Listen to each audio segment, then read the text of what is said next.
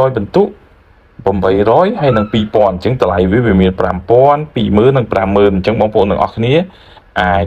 ងាយស្រួលសម្រាប់បងប្អូនដែលថាមានបន្ទុកច្រើនអាចចូលមកដូរកន្លែងហ្នឹងបានហើយនៅកន្លែង point history នេះគឺកន្លែងប្រវត្តិដែលយើងធ្លាប់ទិញនៅកន្លែងសាខាទីប្រមាណសាខាណាអីចឹងរបស់ Lucky ហ្នឹងហើយយើងទិញអស់ប្រហែលបន្ទុកដែលយើងទទួលបានគឺបងប្អូនមើលនៅក្នុងនេះគឺយើងសន្សំសរុបមកគឺបន្ទុកហ្នឹងវាលោតនៅលើនេះសរុបអញ្ចឹងឥឡូវសម្រាប់ពេលនេះខ្ញុំសូមបង្ហាញបងប្អូនទាំងអស់គ្នានៅរបៀបដូរគ្រាន់តែបងប្អូនទាំងអស់គ្នាឲ្